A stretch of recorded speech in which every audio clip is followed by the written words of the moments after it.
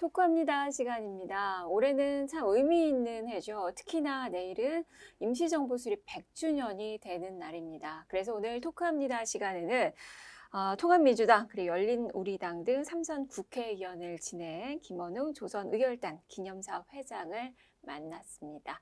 자, 지금 만나볼까요? 안녕하세요, 회장님. 네, 먼 걸음 해주셔서 감사드려요. 너무도 요즘 또 바쁜 일정을 소화하고 계시다고 들었는데요. 이 조선의열단 기념사업 회장을 맡고 계세요. 조선의열단 기념사업회. 이게 어떤 활동을 하는 그 연합회인지 좀 말씀해 주세요. 우리나라의 이제 항일 독립운동 세력이 이제 여러 가지 다양하게 있는데 일제가 가장 두려워했던 조직이 조선의열단이에요. 조선의열단은 그러니까 근본적으로 무장투쟁을 하겠다고 하는 그런 조직이고 일제와 맞서 가지고 많은 이제 그 조직 안에 무기를 제작하는 부서가 별도 있었어요. 그래서 이제 총도 관리하고 또 이렇게 폭발물도 관리하고 그렇게 해서 일제가 그냥 해외에 있는 것이 아니라 본부는 중국에 있었지만은 국내에 잠입해서 국내에서 예를 들면 종로경찰서를 폭파한다든지 밀양경찰서를 폭파한다든지 대구경찰서를 폭파한다든지 이런 일제의 무력이 집중되어 있는 것을 직접 들어가서 폭파하고 하는 작업을 했고 심지어 일본에서 일본 왕이 지나는 통로를 지키고 있다가 폭탄을 던졌는데 그게 불발하는 바람에 결국 실패하는 경우도 있고 그래서 일본 사람들이 가장 두려워했던 조직이 조선의열단이었습니다. 조선의열단은 그러니까 일정 부분 이제 임시정부와는 처음에는 노선이 좀 달랐고 그러니까 이게 무장투쟁으로 이걸 해결해. 그러니까 조선의열단의 활동이 그런 사건이 자꾸 터지니까 국제사회에서 한국 민족이라고 조선인이라고 하는 것은 결국은 독립의지가 굉장히 강한 일제로부터 독립시켜야 될 수 있는 그래야만 되는 평화가 지켜지는 그런 민족이다. 그런 인식을 강하게 심어줘서 사실 그 이후에 얄타 회담이나 카이로 회담이나 이런 국제회의에서 강국대국들이 모여서 이제 조선을 독립하는 것을 의결한 이유도 그런 활동에 힘입은 게 큽니다. 상당히 정말 목숨을 걸고 나라를 지켰던 분들이세요. 지금 그 정신을 이어받아서 이제 기념사업을 하고 계시는 건데 이제 보니까 남북 학술 회의도 하고 여러 가지 사업 내용들이 있더라고요. 북한과 직접적으로 교류도 하시는 거예요? 그러니까 조선의열단이 이제 그 조직이 이제 나중에 확대 개편돼서 조선의용대로 바뀌었어요. 그중에 또 일부가 또 확대 개편해서 조선의용군이 되는데 조선의용군이 이제 조선의열단이 이렇게 나눠지면서 조선의열단이 단장이었던 김은봉 선생님은 약산 김은봉 선생님은 광복군이랑 합쳐서 백범군을 합쳐서 이제 광복군 부사령관을 하면서 결국 김원문 선생님은 광복군이랑 합수되고 또 나머지 일행들은 그 중국 공산당과 결합을 해서 또 중국에서 북쪽에서 남쪽이 아니라 북쪽에서 주로 만주나 이런 쪽에서 이제 독립운동을 헌신한 분들인데 그들이 어떻게 보면 상당 부분이 해방 이후에 북한으로 들어가서 북한의 지도 세력이 된 거예요. 기층을 형성했는데 그런 남쪽에는 김원봉, 약산 김원봉은 남쪽으로 와가지고 일제 청산대전은 친일파들에 의해서 여러 가지 탄압을 받다가 결국 이제 전부 다 좌절되고 이제 그렇게 돼 있기 때문에 북쪽과도 이렇게 교류가 할 수 있는 인적 자원이 좀 서로들 있습니다. 네. 앞서 제가 이 오프닝에서 올해는 상당히 의미 있는 해다. 정말 임시정부 100주년 그리고 3.1운동 100주년 해입니다. 하지만 이제 우리는 아직까지 분단이 되어 있는 상태고 북미 관계도 상당히 냉랭하고 지금 대통령께서 그렇죠.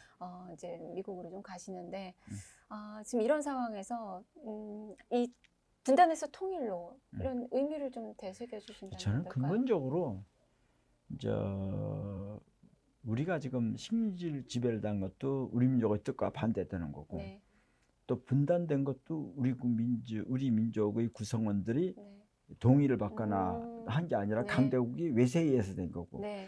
그러니까 식민지배도 외세, 분단도 외세잖아요. 네.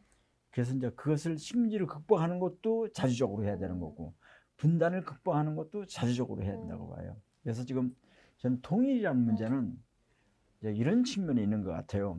항일 독립운동을 했던 남과 북의 양심이 하나가 되는 것이다. 이런 생각이 들어요. 항일 독립운동했던 남과 북의 양심이 하나가 되는 게 통일이다.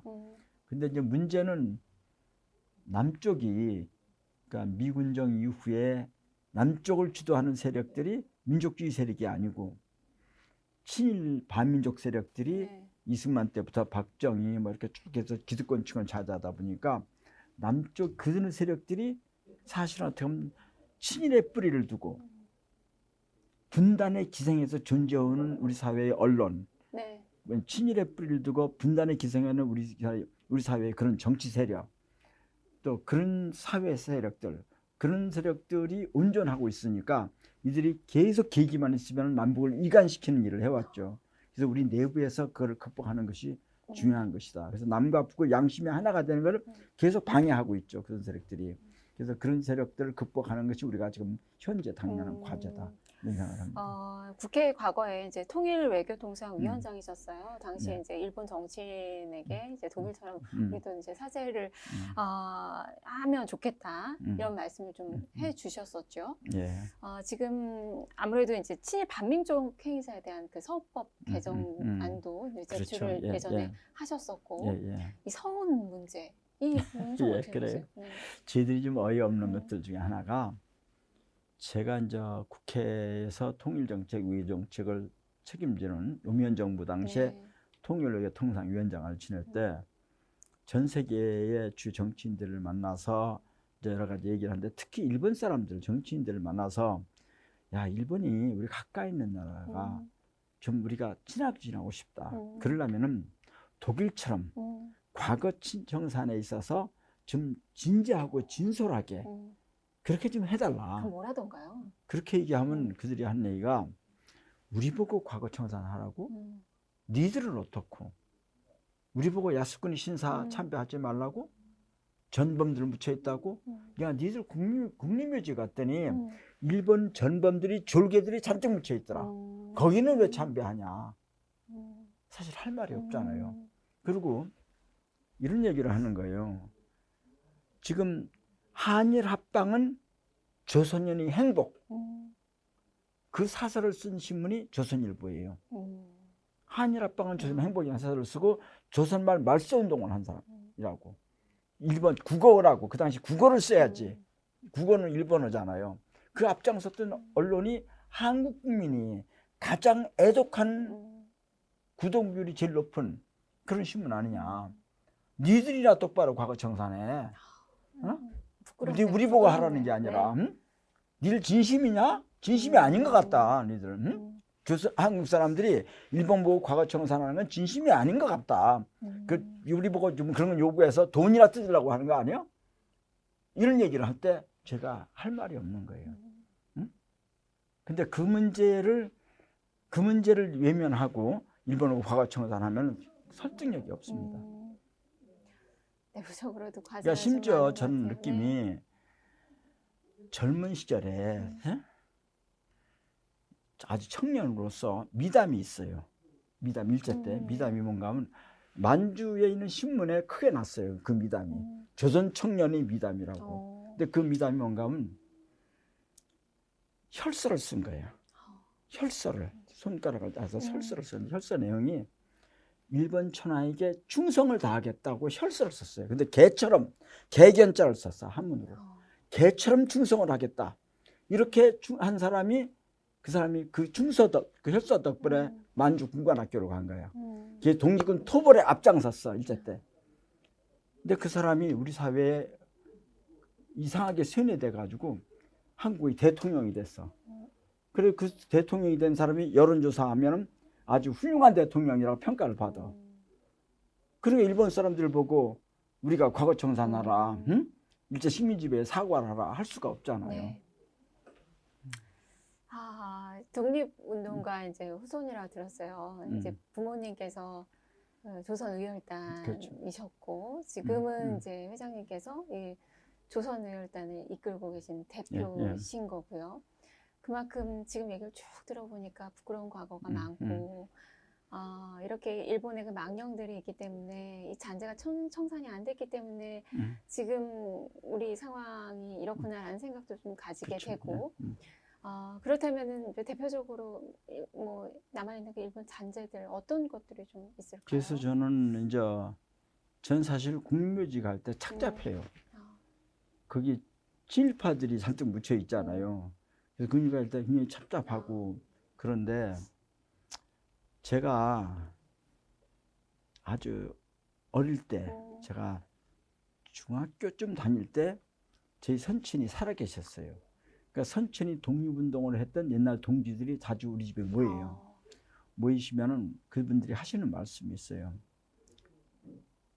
우리가 3.1절 행사, 광복절 행사에 참석하고 싶지 않다. 왜냐? 거기 가면은 뭐 행사에서 박수 치고 하잖아요. 네. 그 단상에서 박수 받는 놈들은 전부 다 친일파들이고 단하에서 박수 치는 사람은 독립운동 진짜 한 사람들이야. 그래서 제가 이명박 박근혜 정부 때 한 번도 정부 초청에 응하지 않은 적 없어요. 광복절 행사에 한 번도 3.1절 행사에 참석한 적이 없어요. 그러니까 광복절과 3.1절을 그를 축하할 기념할 자격이 없는 사람들이 위에 있는데 내가 가서 박수 치고 있을 수는 없잖아요. 그런데 제가 이제 어릴 때 또 하나 기억에 남는 것 중에 하나는 하루는 독립운동가 하시는 우리 아버지 선친들이 내용은 잘 모르죠. 저는 어른들 오면은 야 술 어디 가서 막걸리 가서 얼른 사가지고 심부름하고 담배 심부름하고 어른들 대화에 끼지는 못하죠. 근데 그래도 저 어른들이 하는 거 눈치가 있으니까 무슨 말씀하시는가 들을 때가 있잖아요. 근데 하루는 어르신들이 오시더니 밤새도록 우시는 거예요. 그래서 왜 그런가 제가 물어볼 수는 없고 어르신들 하시는 말을 들어보니까 그 어르신들이 독립운동한 어떤 선배가 돌아가시는데 문상을 갖다 왔어요. 근데 아주 가난하게 살더래요. 세를 사는데 새방에 옛날처럼 병원이 없으니까 방에다 관을 안 치잖아요. 그리고 관을 안 쳐놓고 거기다 무릎 꿇고 절을 하려고 그랬더니 너무 좁아서 절을 못 하는 거예요. 그래가지고 문지방 있잖아요. 문지방에다 이렇게 돗자리 깔고 문지방에 걸쳐서 절을 했대. 그러고 나서 인사를 다 절을 하고 나서 그 가난하게 돌아가신 독립운동한 지사들, 그분 선배 지사를 가족들을 모아놓고 있는 데서 이제 문안을 드리면서 그 지사님께서 돌아가시기 전에 어떤 유언을 하셨습니까? 물어봤더니 앞으로 우리 집안에서는 절대 독립운동한 사람이 나오지 마라. 일본 놈들이 자식 들어오면 일본의 앞잡이가 되고 미국 놈들이 들어오면 미국 앞잡이가 되고 중국 놈이 들어오면 중국 앞잡이에서 나라를 팔아먹는 데 앞장서라. 그래야 후손들이 지금처럼 이렇게 잘 된다. 그 말을 하시면서 돌아가셨대요. 그래서 와가지고 엉엉 우는 거예요. 전부 다. 어떻게 이런 나라가 됐느냐. 응? 그래서 저는 이런 대한민국이 애국의 대상이냐 하는 게 가끔마다 고민될 때가 있어요. 국회의원 하면서도 국회의원 몇 번 하면서도 인사청문회 하잖아요. 그럼 제가 국회의원 하면서 인사청문회를 제가 통일외교통상위원회 8년 하면서 외교부 장관을 9명 했어요. 근데 그중에 군대 갔다 온 사람도 안 온 사람이 있어. 근데 안 갔다 온 사람을 제가 막 비난을 덜 해요. 왜냐하면 어떻게 보면 저는 군대를 갔다 왔는데 이게 대한민국의 애국의 대상이냐는 고민을 하는 거예요. 항상. 응? 대한민국 애국의 대상이냐는 고민을 하는 거예요. 저는.